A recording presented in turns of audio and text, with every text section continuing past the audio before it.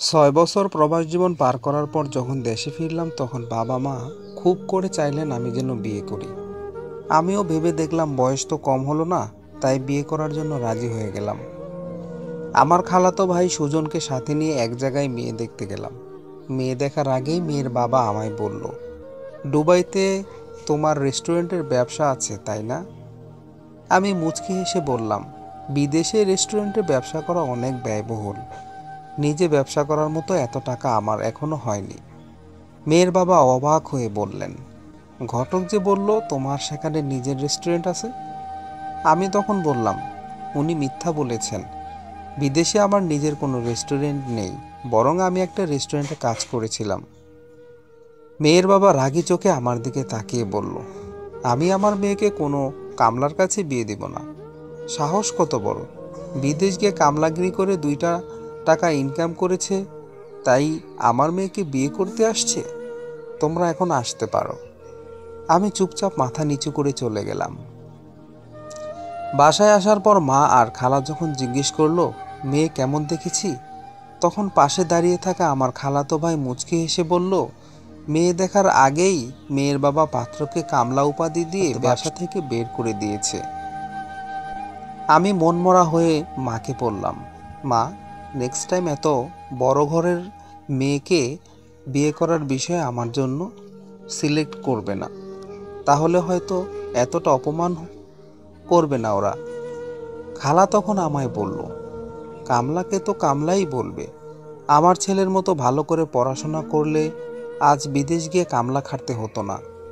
তুই পরের বার মেয়ে দেখতে গেলে আর আমার ছেলেকে সাথে নিয়ে যাস না রে। তোর জন্য আমার ঢাকা ভার্সিটিতে পড়ুয়া ছেলে অপমানিত হোক, সেটা আমি চাই না। আমি কিছু না বলে মাথা নিচু করে চুপচাপ নিজের রুমে চলে গেলাম। কয়েকদিন পর অর্পা নামের একটা মেয়েকে দেখতে যাই। মেয়ে আমার খুব পছন্দ হলে মেয়ের সাথে আমাকে একা কথা বলতে বলে। আমি আর মেয়ে যখন আলাদা রুমে যাই, তখন মেয়ে সাথে সাথে দরজা লাগিয়ে আমার দিকে রাগী চোখে তাকিয়ে বলল, আপনাদের মতো প্রবাসীদের এই এক সমস্যা, বিদেশে গিয়ে সুইপারের কাজ করবে আর দেশে এসে টাকার ফুটানি দেখিয়ে মধ্যবিত্ত পরিবারের সুন্দরী আর শিক্ষিতা মেয়েকে বিয়ে করতে চাইবে।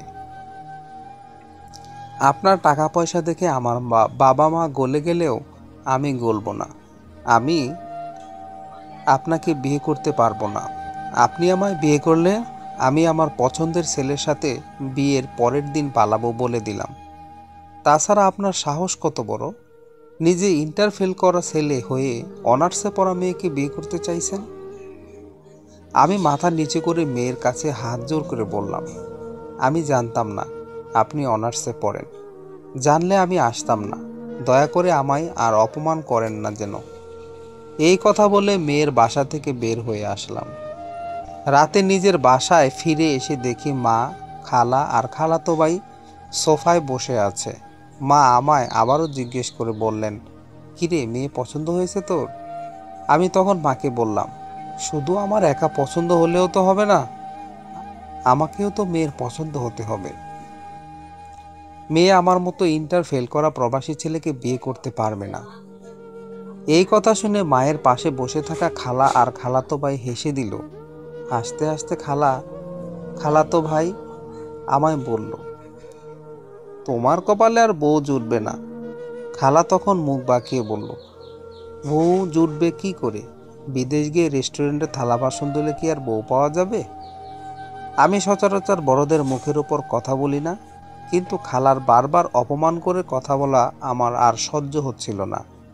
তাই একটু আগে গিয়েই খালাকে বললাম, হার্ট ব্লক হয়ে যখন হাসপাতালে পড়েছিলেন, তখন আমি এই কামলাগিরি করে আপনাদেরকে 2 লাখ টাকা পাঠিয়েছিলাম অপারেশন করার জন্য।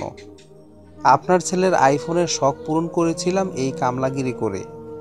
আমি জানি এই দেশের মানুষের চোখে আমরা সকল প্রবাসীরা কামলা, তাই দয়া করে বারবার কামলা কামলা বলে সেটা মনে করিয়ে দিতে হবে না। আমার কথা শুনে খালাতো ভাই রেগে গিয়ে বলল, 2 লাখ টাকা আর একটা আইফোন দিয়েছো বলে আমাকে আর আমার মাকে যাতা বলে অপমান করতে পারো না। সময় হলে তোমার টাকা আর ফোন তোমার মুখেই ছুঁড়ে মারব। আমি আমার খালাতো ভাইকে কিছু না বলে শুধু একটু হাসলাম। পরদিন সকালে মাকে ডেকে বললাম, মা, আমি এখন আর বিয়ে করব না। আরও কয়েক বছর পর প্রবাসে কামলাগিরি করে আসি, তারপর একেবারে দেশে এসে তারপর বিয়ে করব। ঠিক 4 বছর পরের ঘটনা। আমি দেশে এসেছি শুনে আমার খালা আর খালাতো ভাই আমার সাথে দেখা করতে এসেছে। খালা আমার দিকে অসহায় দৃষ্টিতে তাকিয়ে বলল, তুই যেখানে জব করিস সেখানে সুজনের একটা কাজের ব্যবস্থা করে দিতে পারবি? পাশ করার পর 3 বছর ধরে বেকার ঘুরছে, কোথাও কোনো চাকরি পাচ্ছে না। আমি হেসে খালাকে বললাম, তোমার শিক্ষিত ছেলে বিদেশ গিয়ে কামলাগিরি করতে পারবে তো? তোমার খারাপ লাগবে না? পরে তো নিজের ছেলের জন্য বউ খুঁজে পাবে না। খালা আমার কথা শুনে চুপ হয়ে আছে। আমি তখন খালাতো ভাইকে বললাম, নিজে যখন কষ্ট করে টাকা ইনকাম করবি তখন অন্য কারো মুখে টাকা ছুঁড়ে ফেলবার ইচ্ছে করবে না। খালা আর খালাতো ভাইটা আমার কথা শুনে মাথা নিচু করে আছে। আমি আর কিছু না বলে বাসা থেকে বের হয়ে গেলাম। একটা বিষয়ে পরামর্শের জন্য এক পরিচিত উকিলের কাছে গেলাম। গিয়ে দেখি ওই আঙ্কেল যার মেয়েকে আমি বিয়ে করতে গিয়েছিলাম বলে আমাকে অপমান করে বের করে দিয়েছিল, উনি উকিলের সাথেই কথা বলছেন। আঙ্কেল চলে গেলে আমি উকিলকে জিজ্ঞেস করলাম, উনি এখানে এসেছিলেন কেন? উকিল তখন বলল, ওনার মেয়ের ডিভোর্সের বিষয়ে কথা বলতে। উকিল সাহেব তখন বলল, ওনার মেয়ের ডিভোর্সের বিষয়ে কথা বলতে। অনেক বড় ঘরে মেয়েকে বিয়ে দিয়েছিলেন, কিন্তু জামাইটা নেশাখোর। মেয়েকে অত্যাচার করে বলে মেয়ে সংসার করতে চাইছে না। ঠিক তার কয়েকদিন পর বাসায় বসে খবরের কাগজ পড়ছে। হঠাৎ একটা লেখা দেখে চোখটা আটকে গেল। স্বামীর পরক্রিয়ার জের ধরে স্ত্রীর আত্মহত্যা। ফ্যানে ঝুলন্ত লাশটার দিকে তাকিয়ে দেখি মেয়েটা অর্পা।